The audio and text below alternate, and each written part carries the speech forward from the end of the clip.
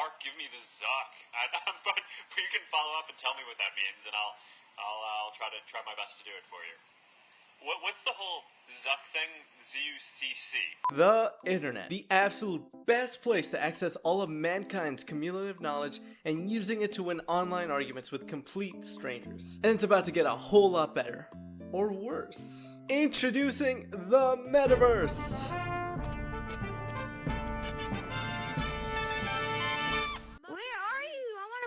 Trying to not smash my headset. I did not like teleport. in frustration. According to Zuckman himself, this right here is the future. Facebook, more like face muck. Meta is here, and it totally didn't come around at the time that it did to distract from anything else going on in the news. Nope. Now, I know what you're thinking. That's a really nice outfit. Thanks, but try to stay focused. This is going to be on the test. So what the heck is a metaverse? It's sort of become a blanket term for anything in the next stages of the virtual space. A place where you can interact with others all around the world from the comfort of your own home. So, the internet. No, it's the next phase of the internet. It's Internet 2, baby! It's just VR internet, really. I don't see what the big hype is or why people are so excited about it. It's not like... You know, it's actually not a bad idea on the surface. Humans are always looking to innovate and improve technology, and that's honestly one of our biggest flaws. But a lot of good can come from something like this. But it would be a lot better if it wasn't hacking Facebook leading the way. But it would be a lot better if it wasn't hacking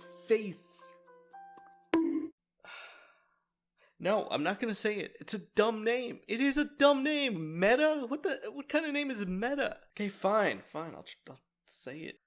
But it would be a lot better if it wasn't Meta leading the way. Alright, okay, so anyway, Facebook, no, okay? No, you know what? The company is called Meta, but the website is still called Facebook, okay? So I could still call it Facebook when I'm referring to the website, okay?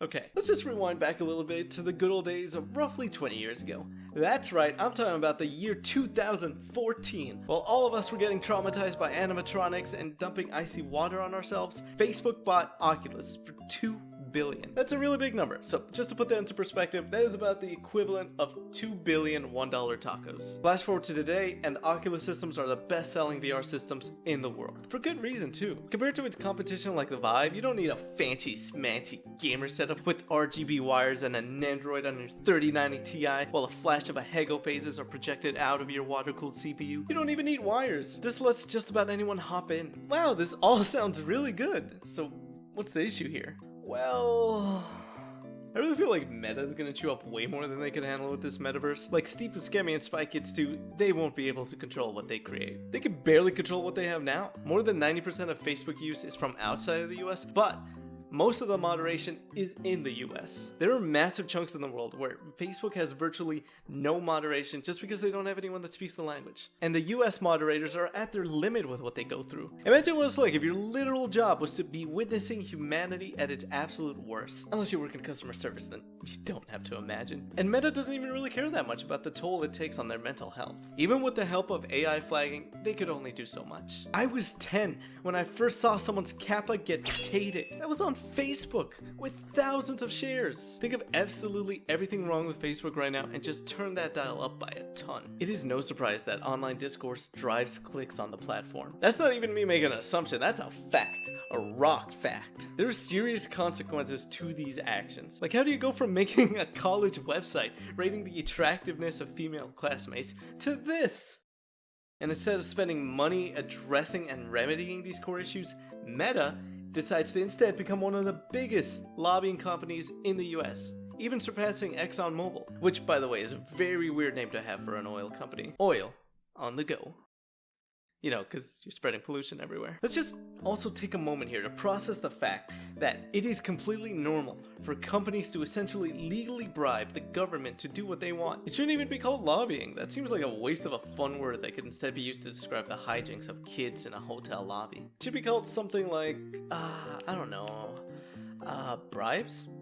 Just bribes? Because that is what it basically is. Seriously, I looked up what the difference between lobbying and bribery is, and what I mostly got is that lobbying is legal, while bribery is not, even though they're pretty much the exact same thing. So remember, kids, if you're from a small town in the middle of Buckingville nowhere and want to become rich beyond your wildest dreams, just become a politician. Aside from their flaws in moderation, another issue that'll come up is what other things they actually crack down on. For example, Meta released Horizon Worlds as a taste of what their metaverse is going to be like, and in its current state, it's How do I find a room?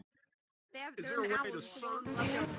And one of the most absolute worst, most vile things you could do on there is Don't touch. That's right, you're not allowed to touch avatars in the metaverse, even if the other person's okay with it. And if a moderator sees you do that, oh boy, you're done, kid. Like, I get it, you want to create a place where people won't get uncomfortable, and that's fine, but also, remember, this is the internet.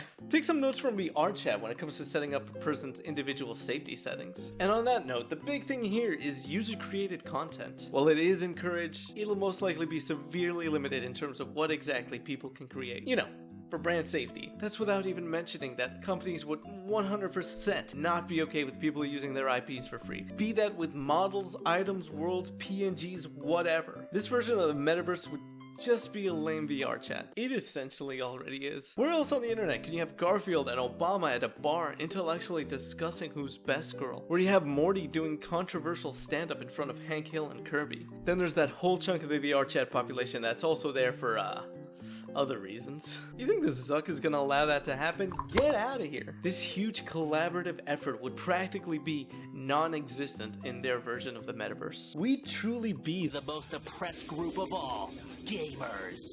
Video games are also the jumping off point to this whole thing. We are already the pioneers of the metaverse. We can already meet people from all around the world, hang out with friends, buy digital goods we don't need, and give tons of gifts to our Discord kid and girlfriends. Oh, sorry, that's right. And if you're not sold on all that yet, well, how does a meta-made AI that can think the way we do sound? That's right, a self-learning model where it learns from speech, vision, and text by itself all at once. To create this metaverse, they built one of the world's fastest supercomputers to help. Yeah, help bring upon the singularity when it moderates its first few comment threads and deems humanity a waste and develops a mass extinction plan. But if you're not a fan of Zuckerberg's metaverse, rest assured there are other options. That's right, I'm talking about the Snoopverse! Meta is not the only one trying to get in on the metaverse's early beginnings. Just like Christopher Columbus sailing across the ocean blue in 1942 and accidentally discovering the New World, this is fresh and exciting, uncharted territory, and everyone wants to be a part of this land full of opportunity because that turned out great the first time. These are companies such as Meta, Microsoft, Samsung, Walmart, and... wait, that can't be right. One of these are not like the other. Can you guess which? That's right, it's Microsoft, because it's green. That's why they bought Activision Blizzard, to be a little more blue. Okay, but why is hecking Walmart there? It makes sense for tech giants to have a leg in this race because they want to push the boundaries of innovation for the good of mankind and to improve society overall, and...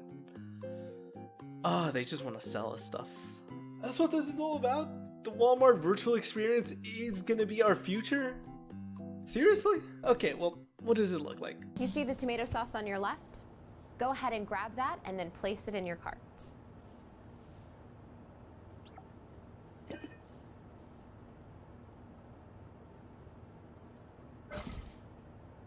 Great. Looks like you need a good wine pairing. Take a look to your right. So, it's just online shopping with extra steps. I don't know who this is supposed to appeal to. Ignoring the quiet dystopian gray of it all? At this point, you're better off just going to the store, because at least then, after going through all that effort, you have your stuff ready to take home instead of waiting for it to get shipped. This is bringing together all the worst parts of in-person shopping with almost none of the benefits of doing it online. What is the point of this? If somebody wants this type of shopping experience that badly, just go to the store. Like, you don't even have to shop, just be there for the ambiance. It's fine, I do it. I sometimes go to Target with a red shirt on just to feel noticed. Also, when technology advances enough and you're virtually lined up outside the virtual Walmart on virtual Black Friday and the virtual doors open up and everyone virtually rushes in, if you get virtually stomped on by that virtual stampede, you'll lose your internet connection and you'll virtually die. Or maybe not virtually. Aside from that blatant out-of-touch Walmart experience, get ready to try to get sold something everywhere you look. Kinda like going on a sketchy website without an ad blocker. There's gonna be constant adverts everywhere, and they'll make it so easy to buy stuff, especially impulsively. There's a whole science and stuff to convincing people to buy things, and they're just gonna have a field day with this. Hot, sexy singles in my area? That's just gonna be a really, and I mean really advanced AI bot, all in an effort to get me to sign up for Prime. Oh my god, they're gonna get so much data from us. Even more so than they have now. Remember kids, if an online service is 100% free, you're the product. Speaking of buying dumb stuff you don't need, NFTs. You guys like my collection? Screenshotted them myself. Oh yeah, things just got meta. For those of you that are lucky and don't know what NFTs are, and believe me, you're lucky, it stands for No Fish Tacos. It's what it essentially means because they basically boil entire oceans and reverse our efforts at energy savings. So no fish tacos for anyone. The metaverse is going to make this such a bigger problem than it already is. There's going to be so much stuff you're going to be able to buy with crypto on there, including virtual real estate where you can buy plots of land in a virtual space. This is artificial scarcity at its finest. In real life, land has value because once you buy that land, then that's it. No one else can have it unless you sell it, but until then, the number of available land in the world goes down by 1. But in a virtual world, they could literally just make more land. Nothing's stopping them. And unless you want to be naked in a virtual world, I mean a lot of people do, in that case VRChat's right over there. But unless you want to be labeled as a poor broke default skin, you're gonna need some designer clothing. Can I interest you in some Ralph Lauren outfits with a $4,000 Gucci bag or overpriced Nike shoes? So I guess just normal Nike shoes, but virtual. At least with current microtransactions, you don't push us further into the pits of climate change. It's important to note that we are still in the beginning stages of all this. Imagine if you could go back in time when John Internet invented the fundamentals for how you're watching this video right now. If you could live in that society where that's just recently out into the masses with everyone putting their own take on it, trying to predict what's gonna come out of it, if anything, that's what's happening now, whether we like it or not. The metaverse is gonna be a real thing in our day-to-day lives. Eventually. People thought that phones wouldn't catch on. The internet was a fad. Computers would never make it to the home. Electricity in every household isn't possible. Books? You think people want to read? Much like all that, it's not going to happen suddenly all at once. You're not going to wake up one day to be able to order your Spy Kids 3D game over game to watch Frodo fry. It'll roll out slowly throughout the years as VR advances and becomes more accessible. Maybe even to the point where you don't even need all that. That's encouraging. It's not like I've seen Black Mirror or anything. Despite everything I've said before, this concept of a connected virtual world mirroring the best aspects of our own sounds like a really good idea. I'm personally a huge fan of VR and AR. I was the first among my friends to enter the VR world. It wasn't a system, it was just like one of those where you could put your phone in it and hold it up to your face. But my friends were so excited about it when I told them they could come over and try it. So excited, in fact, that they got really shy and embarrassed about using it for the first time, so they requested to use it by themselves in private for about a minute each, I think. Really weird that they went to the bathroom for it though. That's not really the room I'd imagine to be in when discovering something revolutionary, with the exception of bidets, of course. Anyway, it's exciting to be able to be with friends and family and people all around the world in a more interactive online environment, where you'll be able to play the most innovative games ever created, where precise simulations can be constructed for whatever's needed, where you can connect with people from far away, in more ways than one, am I right? But it won't be easy. Realistically speaking, the metaverse is not going to be some dystopian or some paradise. It'll be somewhere right in the middle. We're going to have to set out some ground rules though. The big thing is you could have all you have in the metaverse and take that anywhere in it. So things like your avatar and customized items and your currency, that would all pretty much have to be accepted anywhere you go, whether it be the VR Chuck E. Cheese or the VR Wendy's or the VR mall. Just kidding, nobody goes to malls. Also, no one entity can own it. It has to be open source for it to succeed. Thankfully, everyone is on the same page on that one, even Meta. But they did try to be cheeky with the name change and then say the word metaverse a bunch of times in their announcement video so the general public would associate the term with them. So I think what we should all do is just collectively agree to call it something else out of spite. Don't question my levels of spiteness. I have changed my favorite color 3 times in my lifetime, each time out of pure and utter spite.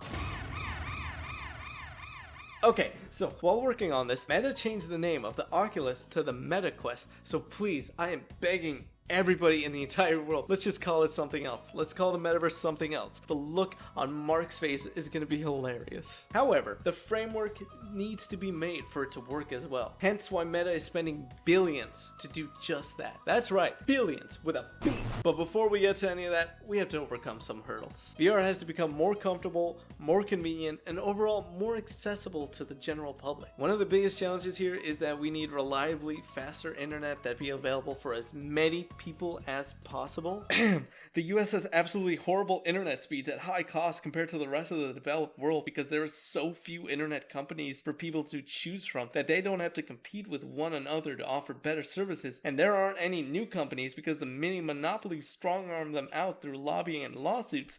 But yeah, like eating Chipotle before eating at an actual Mexican restaurant, it gets a whole lot of bad before it gets a whole lot of good. Holographic meatloaf? My favorite!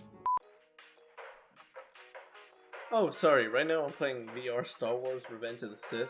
I'm Anakin, and I'm at the Jedi Temple after Order 66, so... Oh, there's one!